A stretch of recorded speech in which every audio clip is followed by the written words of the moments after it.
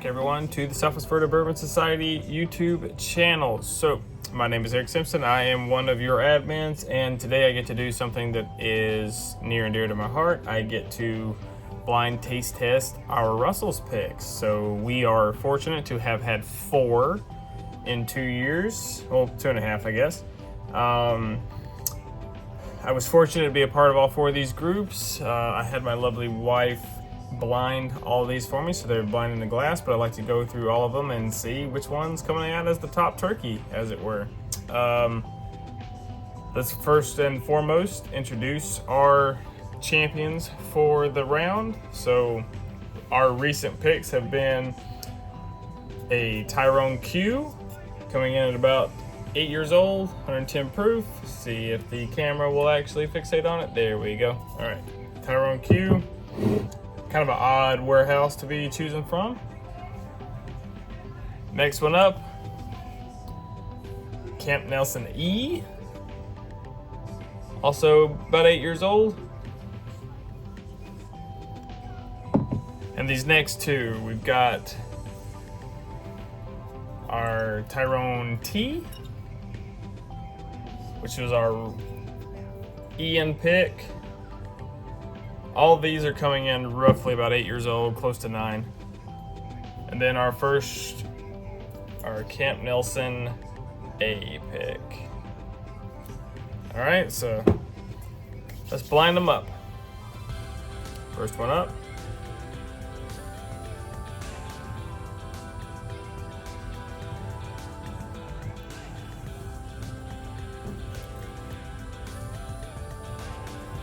There's a vanilla frosting component. Almost kind of like a fondant. It's not like a pure buttercream, but it's more like that fondant, just kind of thick, hard. I don't want to say plasticky, but there's kind of like a dull note there. Red vines or Twizzlers, whatever fence you fall on there.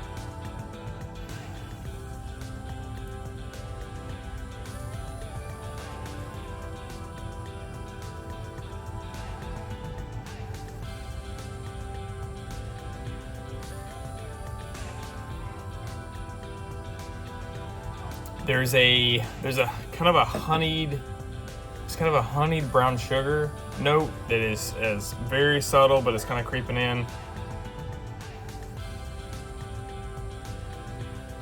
Along with like some fermented graham crackers, if that makes any sense to you. Please bear with me. I am known as the king of random tasting notes, so you're gonna hear some crazy ones today. Cheers.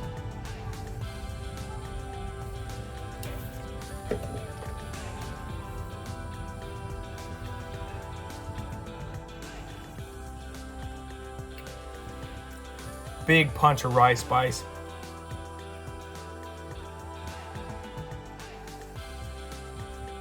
Cherry cola.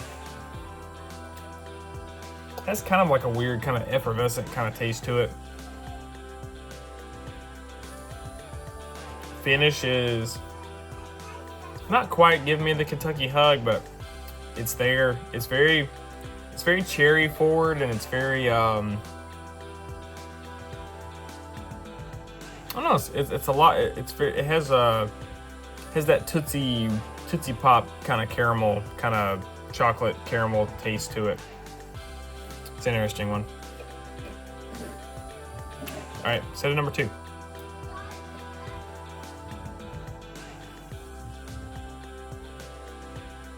Ooh.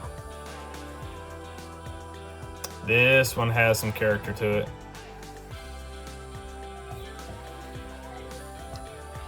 This one has kind of like almost a cognac brandy type note to it. It's very, it smells like it has some age on it, but it has that like kind of sweet oak, almost, it's like that kind of pre-fire Heaven Hills kind of sweet oak smell.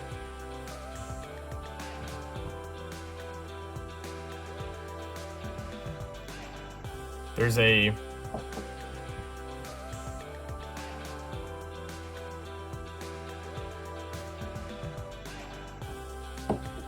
There's a marzipan kind of flavor there. There's that frosting.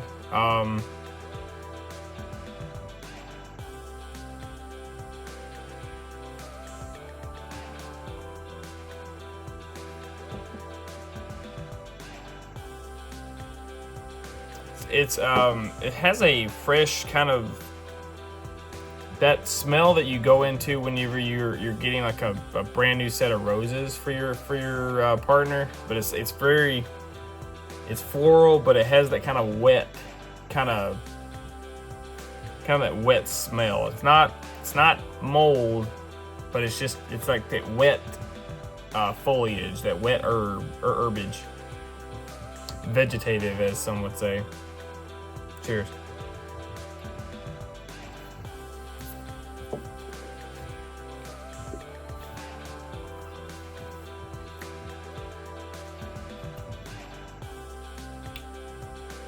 Woo.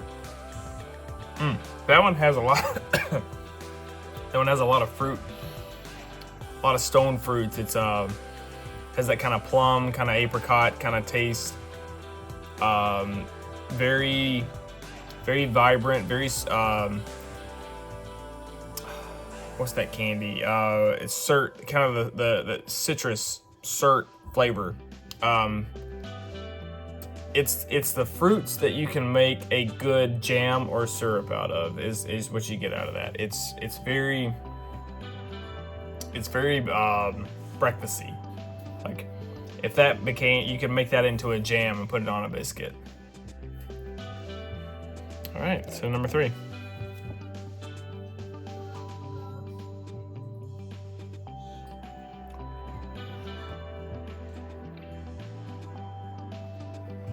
This one has that kind of sarsaparilla, sassafras note to it. I tend to get that off of a lot of MGP whiskeys. Not particularly a fan of MGP whiskeys, but this kind of has that like root beer, kind of sassafras root.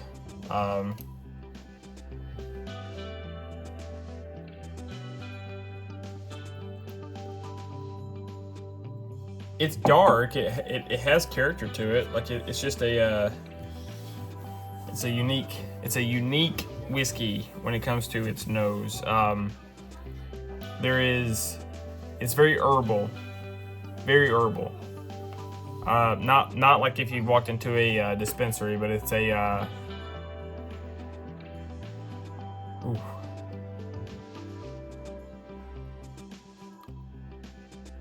It's herbal and has a seasonal vibe to it, almost like a mulled wine, almost. For all you high Midwesterners there, it has a grog note. Cheers.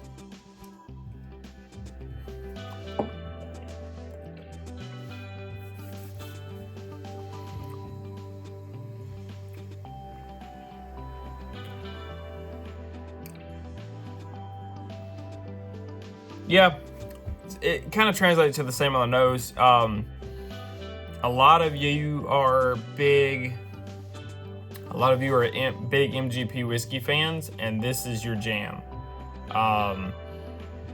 It does not taste like MGP whiskey, but it has a lot of those similar characteristics. Its finish is kind of short, however, it pops at the very forefront, kind of brings everything back down into almost like some like chocolate, some like bitter sweet chocolate. It's almost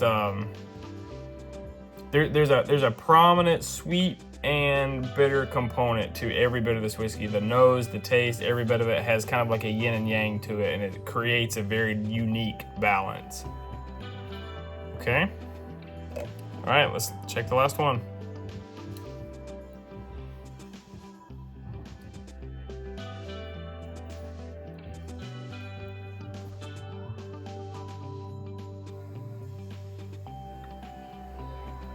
Okay, this one has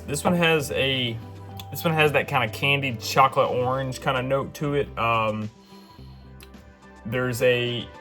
It's cognac-y. It's kind of got that kind of grapey note, but like a well-aged grape. Like I said, it's kind of like a well-aged cognac. There's some thick like caramel, like the caramel chews, throwing out like a Reese's Fast Break. Cordial cherries it's very sugary. It smells sugary.